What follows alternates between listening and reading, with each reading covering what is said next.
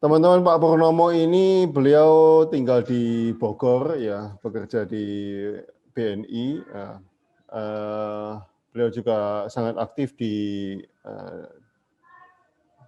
pembelajaran Buddhis ya mungkin ya. Mari kita simak jawaban-jawaban dari beliau ini. Pak Purnomo, dari kecil Bapak berlatar belakang Islam ya. Iya, Bagaimana betul. kisahnya sampai ingin mempelajari dan mendalami agama lain, Pak? Apakah Ya, ada benang merahnya di antara ajaran-ajaran agama tersebut, Pak? oh iya. Pertama itu basic saya dari lahir, sekeluarga kita itu semuanya background Muslim. Nah itu pada suatu saat itu ya sebetulnya waktu masih kecil kita umur kurang lebih sekitar kelas 2 SD kali ya. Kita itu sempat dapat mimpi. Jadi saya ingat betul itu mimpi. Karena itu sekian lama itu terulang, nanti sekian lama lagi terulang. Jadi masih ingat-ingat aja mimpinya itu. Jadi pertama itu mimpi ketemu sama yang namanya Yesus atau Isa kalau di Islam ya. Kita tahu itu namanya Yesus itu karena dia memperkenalkan diri gitu. Waktu kita masih kecil, jadi ceritanya itu di dalam mimpi itu kita sedang di atas awan. Nah itu terus ada cahaya turun, itu membentuk wujud. Ya kurang lebih gambarannya mungkin ya seperti yang di apa namanya rosario gitu, seperti di salib model gitu, yang biasa di gereja. Kurang lebihnya seperti itu. Nah itu terus habis itu dia cuma senyum, meluk kita, udah habis itu bilang aja, dia bilangnya gini, ikuti aja perjalananmu gitu. Seperti itu aja. Itu sampai kita SMP kita kan masuknya Muhammadiyah SMP-nya, otomatis Islam kan, SMP Muhammadiyah. Waktu di SMP kita sempat ada satu kejadian gitu yang bikin kita apa ya mungkin bisa dibilang waktu itu mungkin sakit ya, agak lumayan parah juga. Jadi kondisinya itu bisa dibilang mungkin sekarat lah kejadiannya gitu. Nah itu kita pas jadi pulang sekolah, kita pulang dari rumah, tahu-tahu tepar aja itu kurang lebih jam 5, setengah 6. Itu kita ngelihat, jadi antara sadar nggak sadar juga tuh. Ngelihat antara sadar nggak sadar, itu ada cahaya masuk ke kamar dari pintu gitu, cahaya terang banget. Nah dari cahaya itu terus muncul sosok itu, ada 3 wujud yang kelihatan. Itu benar-benar seperti wujud orang persis gitu. Karena benar-benar ini, cuma kan saya mikirnya ini beneran apa enggak gitu, ragu jadinya kan. Karena kelihatan nyata, cuma kok bisa masuk padahal pintunya dikunci, mikir gitu aja logikanya dulu waktu SMP itu. Nah itu wujudnya yang 3 itu memperkenalkan diri masing-masing. Jadi dia nggak tahu benar nggak tahu salah ya, atau hayalan kita nggak tahu ya saat itu. Itu pertama Sunan Kudus, terus Sunan Gunung Jati sama Kalijogo. Nah 3-tiganya itu kan kita posisi baring itu tidur ya, udah tepar salahnya ya. Yang satu pegang kepala, satu pegang dada, yang satu pegang kaki. Nah, itu kaget habis itu setelah dipegang. Jadi kita tuh ngerasa kayak ada di apa ya, mungkin angkasa itu, luar angkasa kali kalau kita ngelihat ya. Tambah bingung lagi, kita kan panik juga saat itu. Wah ini apa udah mati gue pikir kan.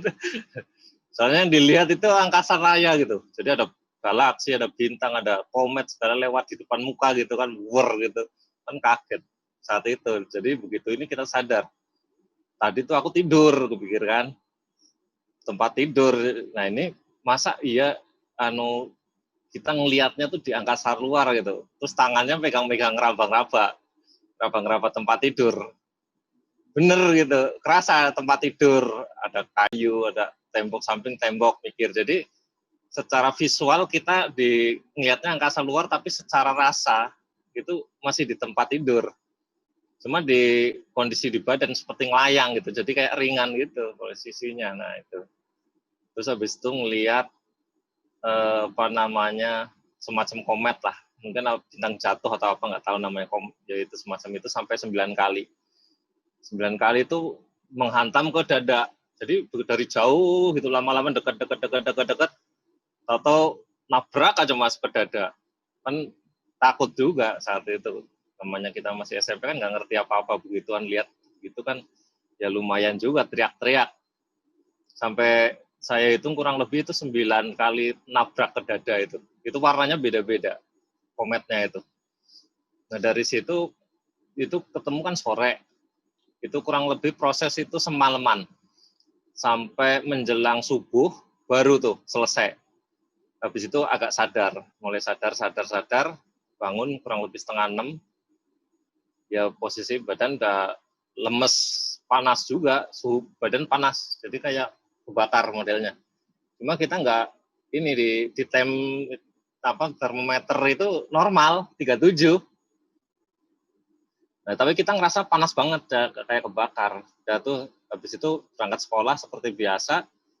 Cuma pas mau pulang, itu kan jam asar ya, sekitar jam 3 kita kelarnya tuh sekolah. Itu kita langsung mandi, karena merasa panas, kita mandi tuh. Mandi tapi kok nggak berasa dingin, akhirnya nyemplung aja ke bak mandi, berendam. Nah itu udah kelar sore, kita biasa makan minum biasa, istirahat, tapi badan terasa panas terus. Akhirnya jam 11 jam 12 masuk lagi, nyelam lagi di bak gitu. Jadi tiap kali ini kita nyelam aja ke bak, nyelup. Jadi kalau mau mandi nyelublak lama, nanti keluar gitu sampai 7 hari kurang lebih, itu baru netral. Jadi kita nyemplung subuh, nyemplung, nanti siang zuhur gitu, kalau pas kita lagi nggak masuk kan, nyemplung lagi, ntar pulang maghrib nyemplung lagi, ntar jam 12 nyemplung lagi. Jadi mandi itu kita bisa sampai 5, 4, 6 kali. Nah dari situ mulai ada aneh-aneh, mulai kejadian aneh-aneh. Kita tahu-tahu ngerti ini, ngerti itu gitu. Sebenarnya nggak sengaja juga seperti itu. Nah, terus habis itu perjalanan sampai SMA gitu kan. Perjalanan sampai SMA kita di Yayasan Kristen. Jadi di Yos Sudarso nama sekolahnya itu. Itu di Yayasan Kristen, akhirnya tadinya kan nggak di sebulan pertama itu tidak dianjurkan untuk mengikuti ajaran kan. Terserah deh mau, yang penting duduk di kursi aja gitu sebulan. Tapi lewat 1 bulan mulai disuruh ngikutin, dengerin lah minimal gitu kan. Nah dari situ langsung mulai ya ada kejadian lucu juga. Jadi kita itu selama pelajaran agama Kristen itu kan biasa nulis segala macam ya, nyatet karena ada ayat segala macam kan. Nah ada cerita-cerita di Injil gitu, semacam gitu. Kita malah gambar. Jadi isi buku pelajaran agama Kristen aku itu isinya cuma gambar semua isinya. Nah itu seminggu yang dari awal bulan kedua itu seminggu isinya gambar terus, masih dibiarin sama guru Kristen itu kan. Saat itu masih bukan yang pendetanya, bukan romo. Karena masih biasa, guru biasa. Nah itu habis itu langsung ditanya, ini kamu gambar mulu, ngerti nggak pelajarannya gitu diajarin. Aku bilang ngerti aja lah gitu, ini kan dites sampai 3 kali, ditanyain, diceritain. Ini cerita yang waktu Yesus kumpul sama murid itu di mana, suratnya apa gitu kan, langsung nembak aja. Yohanes sekian gitu, terus ada lagi ditanya lagi sampai 3 kali, bener semua. Loh, bingung, ini kok kerjanya gambar terus kok tahu gitu. Penasaran kan, Udah dibiarin aja, ya udah gambar lagi, udah gambar. Jadi setelah ditanya gambar lagi bisa itu. Pas ujian kebetulan kita dinilai dapat 9 gitu. Yang lain yang orang Kristen sendiri 8, 7 gitu. Apa kadang-kadang di bawah gitu. Cuma ya itu kita masih biasa aja. Akhirnya mungkin guru Kristennya penasaran kali ya, kok bisa tahu gitu. Kok nilainya malah tinggi, padahal kita basicnya Islam. Ya mereka juga tahu juga kalau kita Islam kan, karena memang agak campur-campur juga di sana juga secara ini dari orang Tionghoa juga banyak kan anak Tionghoa turunan Jawa. Kalau kita bilang Cina hitam kalau gitu, teman-teman tuh sering bilang Cina hitam. Nah dari situ kita juga teman banyak juga dari Tionghoa, dari Konghucu segala macam masuk semua di situ. Nah setelah itu kita ini ada semacam perkumpulan gitu, itu belajar tentang barongsai segala macam gitu di kelenteng. Jadi kita mulai belajar tuh barongsai, lama-lama kok ke kelenteng gitu kan, kayak sembayangan gitu barongsainya. Lama-lama tanya itu apaan gitu, di patung segala macam. Nah setelah itu nanya segala macam, terus pengen tahu ini itu gitu. Dari situ ya mulai ini lagi proses lagi belajar. Kok kita taunya itu Konghucu, jadi di saat itu di Cetia kalau nggak salah namanya ya, sama di kelenteng kecil kalau di Cilacap itu kan ada tuh. Nah itu habis itu mulai tanya ada dewa ini ada terus Kuan Yu segala macam kan, terus minta dengar ceritanya gini-gini, kok keren ya. Nah saat itu kita nggak tahu kalau itu ternyata Setia itu ada wihara kecil juga, tapi kita nggak ngerti kalau itu tempat wihara dulunya. Itu masih tahunya Konghucu aja. Belajar dari situ. Terus ada lagi mimpi, tahu-tahu itu mimpi kurang lebih sekitar SMA kelas 2 kalau nggak salah. Itu mimpi saya ke hutan, di tengah hutan itu tahu-tahu ada orang semacam biksu, ya kayak pendeta gitu. Kalau kita dulu belum tahu yang namanya Buddha itu kayak apa. Terus Yesus kita baru tahu juga setelah di SMA, karena ada patungnya itu tadi pertama kali di situ, karena pertama kali sebelum ke gereja itu. Sebelum ke gereja kita udah nggak ngerti, tahu-tahu ngeliatin patung aja gitu kan. Ini kayak di mimpi, gue pikir orangnya. Sama juga begitu yang di ini tadinya Buddha itu kita nggak tahu wujudnya kayak apa, anunya kayak apa, nggak ngerti, pokoknya udah blank. Kita cuma ada orang petapa atau ngasih ini pertama jalan mendekat, habis itu ngambil daun. Jadi di bawah hutan itu kan banyak daun-daun kering gitu ya, daun-daun kering yang udah kuning-kuning gitu. Terus diambil sama dia, ini buat kamu gitu. Secara logika kan kita buat apa gitu, daun kok dikasihin gitu. Nah, gitu. Setelah itu aku mikir, aku nanya, loh ini buat apaan gitu. Udah nggak apa-apa, bawa aja gitu, buat kamu. Gitu. Dikasih, ya sudah aku terima aja, terima bawa kantong, masukin kantong, udah habis itu ini yang petapanya nggak ngomong-ngomong lagi, cuma senyum aja. Tahu-tahu jalan berapa langkah hilang. Gitu kan. Nah kita nerusin, ya bingung selingkuh ini orang kemana tadi kan, mikir wah apa hantu ya, udah langsung di mimpi kabur tuh langsung keluar hutan. Terus ingat oh iya kan ada daun-daun tadi tuh yang dikasih, aku cek di kantong, nggak ada di kantong, adanya cuma tulisan tapi modelnya bukan tulisan mungkin kalau sekarang kayak Sanskrit kali ya, kalau dulu kita tahu kayak Jawa, tapi bukan Jawa sih saat itu. Jadi tulisan Jawa, tulisannya tulisan Sanskrit kalau sekarang kita ngertinya itu. Nah itu tapi kan nggak ngerti, udah aku taruh aja tuh di rumah, nggak ngerti buat apa, pokoknya taruh aja udah, tinggal pergi main gitu aja.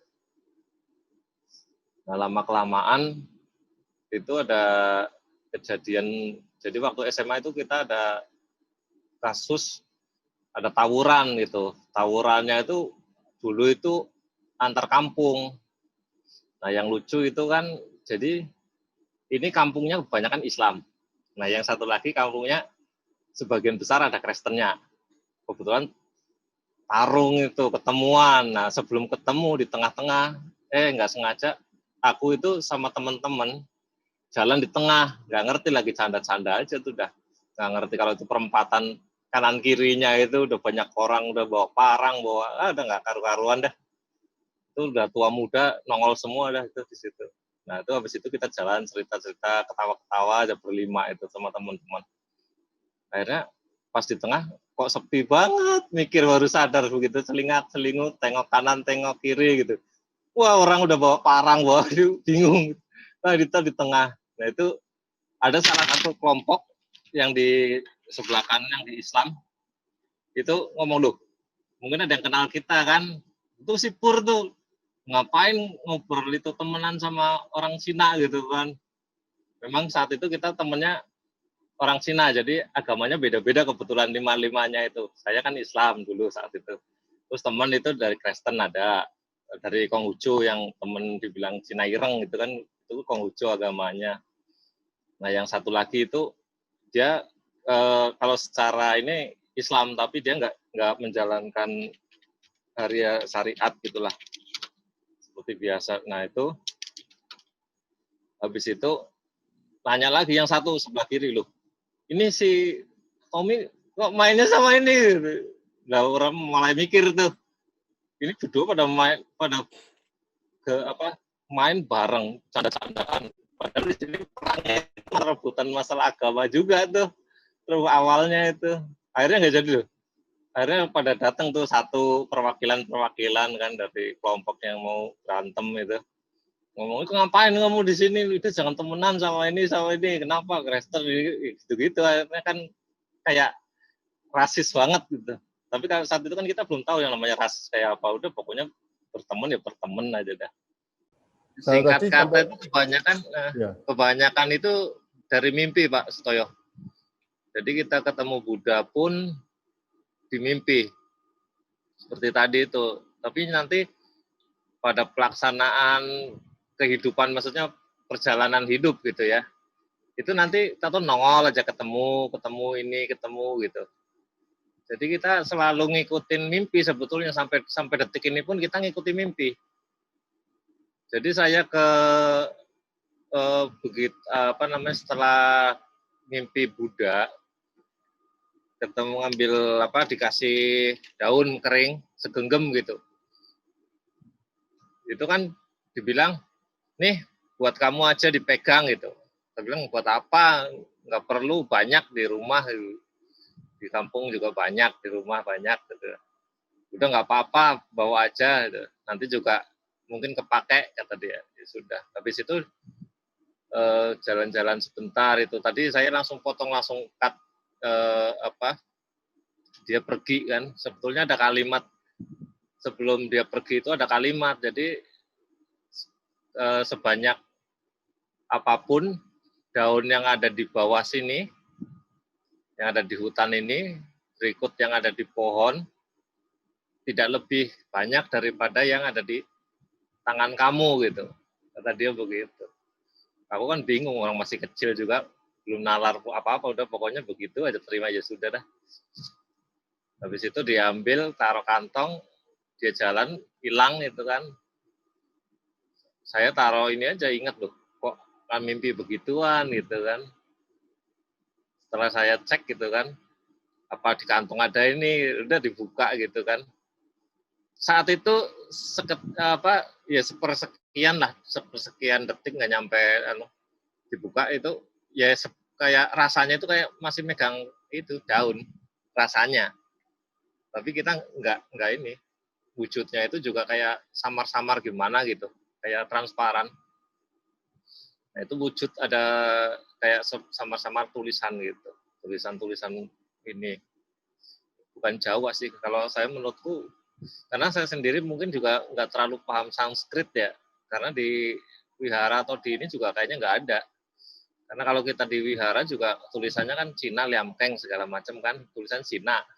Terus aku cari lagi di ini bahasanya Pali. Pali juga sementara bahasanya bahasa Indonesia tulisannya. Nah itu tuh saya kayaknya terus aku cari-cari cek terus di itu juga dulu kan saat itu belum ada Google banyak lah, HP juga belum ada, susah. Jadi susah nyari semacam itu sekitar 5 tahunan ini belakang ngumpulin data dari mimpi, sesuaikan cocokkan sama perjalanan itu, terus cari-cari terus ya. Akhirnya oh ini namanya Pali, oh yang ini gitu. Jadi udah didetek. Nah, itu juga membuat Anda untuk belajar budaya Jepang, India, Cina, dan Yunani, begitu, Pak? Iya betul. Itu salah satu alasan aku kenapa belajar itu semua, karena perjalanan itu dari mimpi itu kok begini, dari mana itu asalnya gitu. Jadi menjelajah asal mula itu seperti apa gitu. Jadi mempelajari ujung-ujungnya ya sampai mana-mana nggak karu-karuan. Jadi gitu kita dapat mimpi juga selain dari Buddha, kita belajar itu masih SMA kan ya. Terus tahu-tahu kita mimpi, suatu waktu kita mimpi ketemu yang namanya Dewa Brahman. Dewa Brahman wujudnya ya beda ya sama yang di film-film, jauh lah. Itu cahaya, dia bentuknya semacam cahaya kemasan.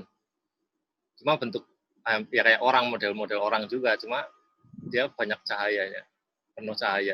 Dia cuma bilang, bukan Brahman, sorry, maaf, namanya siapa ya? Wisnu. Wisnu dia, jadi cahaya-cahaya emas gitu, terus habis itu ada cahaya-cahaya putih gitu. Nah itu. Terus yang menjadi patokan itu kita sampai sekarang itu dia naik burung gitu, apa naik ini. Pokoknya ada binatang aja di kakinya, dia kan lagi naik gitu. Nah itu dari situ aku nyari tahu apa sih maksudnya gitu kan. Ini ada Wisnu gitu. Terus akhirnya saya belajar tentang dapat kata Wisnu itu dari wayang. Itu juga aku nanya ke orang tua kebetulan kan dia seneng wayang. Jadi orang tua berhubung basic juga Islam, dia nggak ngerti tentang Hindu segala macam. Dia cuma tahu, aku bilang, Pak, aku mimpi semalam itu ketemu sama Wisnu. Wisnu apaan sih gitu. Nah itu udah, kok mimpi gituan, ceritanya gimana? Ya aku ceritain tuh, ketemu gini, ada cahayanya begini, terus kayak ada burung gitu. Oh, diceritain, oh itu ada wayang. Nah, ya udah dari wayang itu aku belajar lagi tuh tentang wayang sedikit-sedikit. Mulai ada kenal Pandawa segala macam. Terus kebetulan pas kita sempat kuliah dulu di Jogja, itu ada aktivitas ekstrakurikuler gitu kan. Kalau di sana nama kayak UKM gitu modelnya. UKM kita ikut wusu. Nah di wusu terus perjalanan belajar bela diri segala macam kan. Akhirnya mulai ke arah tradisional, ini dari mana dasarnya gitu kan, asal mulanya, sejarahnya. Setelah itu saya ikut ninjutsu. Nah dari ninjutsu itu kita mulai belajar namanya Zen. Tapi kita belum tahu kalau itu Zen. Jadi ada mudra-mudra yang kemarin kita bicarain itu sama Eyang Didik, kok nyambungnya di situ ya, karena saya belajarnya di ninjutsu. Di ninjutsu sementara dipahami dengan tiga ada 3 jenis karakter. Kalau di ninjutsu ada 9. Nah itu kita belajar memang nggak semua ini sih dijelasin, jadi cuma bentuk sama nama. Nah itu habis itu kok punya efek, dalam arti kita kan merasakan terus dalam latihan. Kok ada begini, kok begini gitu. Itu terus pelajari segala macam. Termasuk belajar bela diri yang itu, Bangau Putih. Kita baru belajar kurang lebih 1 bulan di Cilacap saat itu. 1 bulan itu sudah ada rasa di bawah pusar itu seperti ada kelereng panas muter gitu. Nah kita kan bingung, ada kelereng, tak bilang sama pelatih, Pak ini kok perut saya ada kelerengnya ya di dalam kayak gitu muter-muter, loh kok gitu ya. Ya saat latihan begitu kan, padahal latihannya cuma koprol itu aja jungkir balik gitu. Akhirnya mungkin dari Bang Putih itu mungkin pelatih itu telepon ke guru besarnya yang ada di Bogor saat itu. Akhirnya sudah suruh ketemu aja sama saya gitu, yang di Bogor. Tapi sampai terakhir kali latihan tuh nggak pernah ketemu. Karena dia kadang sibuk sendiri juga, dia pergi ke luar negeri kan untuk ngajar di sana, ada murid banyak luar negeri. Kalau kita pas masih sekolah, jadi kan paling kan nyari istirahatnya aja, nyari pas libur sekolah. Tapi pas libur sekolah dia keluar negeri, jadi nggak pernah ketemu, nggak pernah jodoh. Sama latihan-latihan segala macem gitu. Nah setelah itu ada aktivitas juga, kita ikut selam. Kebetulan di selam itu ada latihan perairan terbuka gitu. Nah itu kita latihannya kebetulan di Bali. Latihan di Bali di Tulamben kalau nggak salah nama kotanya itu, nama ini. Itu kita pas lagi latihan diving, itu kan kita udah baru keluar di pantai tuh. Kok kayak ada suara merdu, gue pikir gitu kan. Enak banget, apa dari mana gitu. Udah aku cari-cari tuh. Dicari-cari, oh ada ketemu pura di atas bukit gitu. Udah aku masuk aja. Masuk tanya, cari-cari suaranya dari mana gitu kan. Ternyata ada orang pedande kalau nggak salah itu namanya pedande. Nanyain kenapa kesini gitu. Enggak, ini baru tadi dari film gitu. Tapi kok di sini ada suara bagus. Dengar suara bagus tuh saya pengen tahu ke sini. Oh, akhirnya diceritain, oh ini namanya ini mantra ini segala macam dah. Itu kurang lebih 1 minggu tuh di sana. Akhirnya balik lagi, singkat cerita juga perjalanan ternyata kok nyambung ceritanya sama wayang gitu, yang di Ramayana Mahabharata segala macam, ada Anoman segala macam tuh. Jadi ada mimpi lagi nih kayaknya sama gitu kan. Terus telusuri. Akhirnya ya sampai sekarang ketemu, dulu sempat masuk juga, kasarnya kita kan juga ada beberapa kegiatan yang religi gitulah. Agama termasuk di Islam sendiri, kita masuk ke Kristen, kita juga ke gereja juga masuk gitu. Jadi kalau Jumat kita dulu itu kita Jumatan, kalau Minggu kita ke gereja, kalau ke Kamis pas jadwal ada ini pas hari apa nanti kita ke pura, kadang ke Kelenteng hari Kamis, hari Selasa gitu. Jadi ya udah muter aja tuh. Senin sampai Jumat sampai Minggu muter aja tuh. Ke gereja, ke masjid, muter aja. Pak Purnomo, sejauh ini ya, banyak mimpi Pak Purnomo sesuai dengan kenyataan. Apakah pernah ada yang tidak cocok, Pak?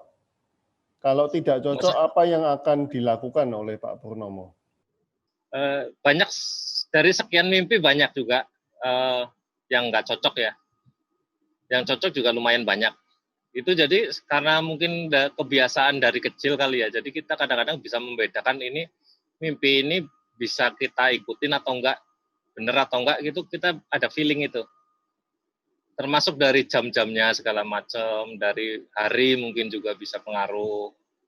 Itu ada hari-hari tertentu atau jam-jam tertentu dalam satu hari itu, kalau kita mimpi, oh ini bisa diikutin gitu dan bener.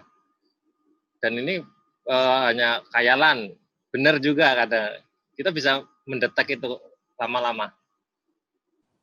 Mungkin karena panuin dari kecil juga udah kebiasaan, jadi oh ini jadi kedetek, oh sekian jam sekian nih, bisa coba itu aja ngikutin. Ini nah waktu ngimpi Pak Purnomo ada emosi atau diikuti atau ngikutin sesuai mimpinya, Pak?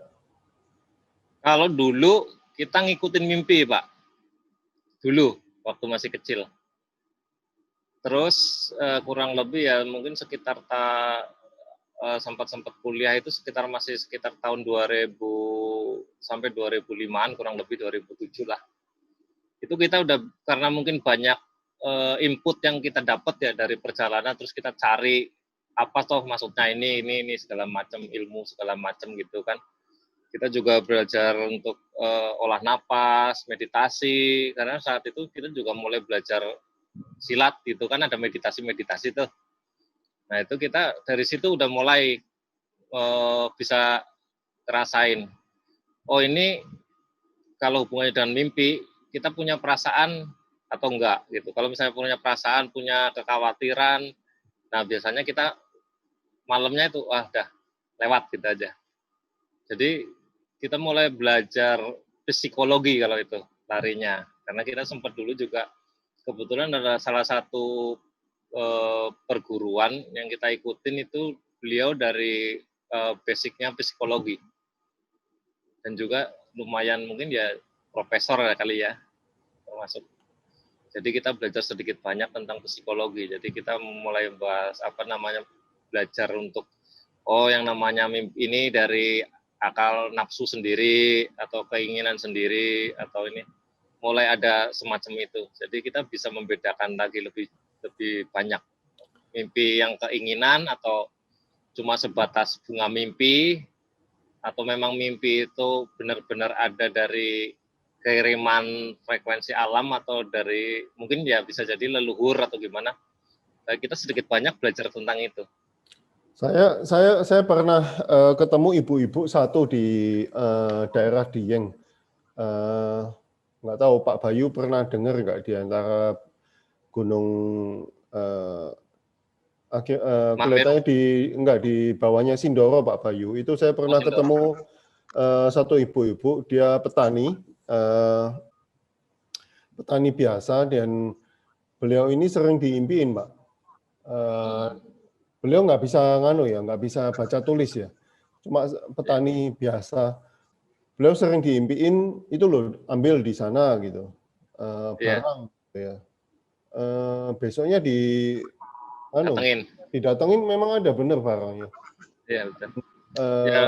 Kadang-kadang diimpiin itu ada emas ya. Tapi harus puasa lah. Dia sendiri nggak suka puasa, tapi ya akhirnya nggak. Nah, itu saya lihat barangnya sendiri kalau itu. Ditunjukin ke saya, dan saya, itu bukan bohong ya. Itu juga bukan imajinasi. Karena saya tahu dia orang desa yang polos sekali, nggak bisa baca tulis, dan ternyata sesakti itu. Iya, banyak sih yang begitu Pak. Banyak. Pada ya zaman sekarang pun masih terhitung banyak juga. Cuma mereka kebanyakan grassroots, jadi ngeground. Jadi nggak mau nampakin ke umum gitu. Ya karena alasannya banyak juga ya, termasuk kayak kita di sini mungkin ada beberapa kenal orang model begitu. Jadi kasarannya orang kata mungkin Pak Toyo juga pernah dengar misalnya narik saka atau apa, yaitu memang ada benernya dalam arti gini, kalau sekarang kenapa itu cuma trik aja segala macam karena dari media banyak itu ya isu. Jadi kita bisa kibul-kibul secara kamera segala macam, tapi aslinya memang kita tahu sendiri itu. Kita pernah lihat ada orang temen begitu juga bisa itu. Bahkan hujan pusaka pun bisa dibikin semacam itu. Ya, kita bisa tahu karena memang ada orang seperti itu. Dan itu pun saya waktu ketemu ibu-ibu itu pun nggak ada yang tahu, cuma beberapa orang desa yang tahu itu. Dan dia memang dia petani ya yang nggak ada jabatannya, bukan lurah ya, hanya petani biasa. Pak Purnomo mulai fokus menggali ilmu Nusantara. Apa yang sudah didapatkan, Pak? Iya, yang didapatkan yang jelas apa ya? Mungkin jati diri kali ya, Pak. Lebih pasnya jati diri. Jadi kita ketika mengetahui diri sendiri, kita akan mengetahui bisa dibilang segala sesuatu gitu. Termasuk di luar diri. Mungkin itu yang saya pelajari juga di Buddhis kali ya. Hampir sama, mirip juga, tapi di Jawa juga sama, di Kejawen juga ada. Semacam itu, ibaratnya siapa yang mengenal diri kita, maka kita akan mengenal yang di luar. Gitu. Itu kurang lebih seperti itu yang didapat. Pak Purnomo, pertanyaan saya yang terakhir. Kalau diringkas dalam perjalanan Bapak, Islam, Buddha, Nusantara, Islam, Buddha, Nusantara, ada kedamaian di dalam tiap topik itu, Pak? pengalaman kedamaian apa yang pernah Bapak alami? Ya, kedamaian selama ini karena kita sudah sedikit banyak mempelajari mungkin beberapa ya, agama ya, mungkin termasuk Shinto juga kita pelajari, terus dari Zen Jepang kita pelajari, mungkin kalau di Cina Chan juga, terus di Buddha sendiri kan banyak aliran juga ya, kayak Mahayana, Tantrayana, terus Tibetan, macam-macam juga gitu. Dan di masing-masing itu ketika kita mengambil menganalisa perjalanan Islam, Kristen, Hindu, Buddha, Konghucu, Santo segala macam, memang itu satu. Jadi ada garis penghubungnya. Kalau kita jabarkan sebenarnya bisa juga, cuma masalahnya nanti bisa 2 hari nggak kelar. Jadi antara penghubung Islam dengan Kristen, jadi kita bisa bilang itu ada di satu Al-Quran ayat, itu di Al-Fatihah. Dengan dihubungkan dengan kalau di Kristen itu ada di Trinitas. Terus kalau misalnya kita di Hindu, mungkin ya mohon maaf kalau ada teman-teman dari Hindu, kalau bisa dikoreksi nggak apa-apa. Jadi ada dari yang Siwa, Brahman, Wisnu gitu. Terus habis itu kalau tadi Islam, Kristen, Hindu, di Buddha pun ada juga yang Triratna. Kita pada Buddha, pada Dharma dan Sangha. Hubungannya di situ. Terima kasih Pak Purnomo Yunus atas waktunya. Ya, sama-sama Pak.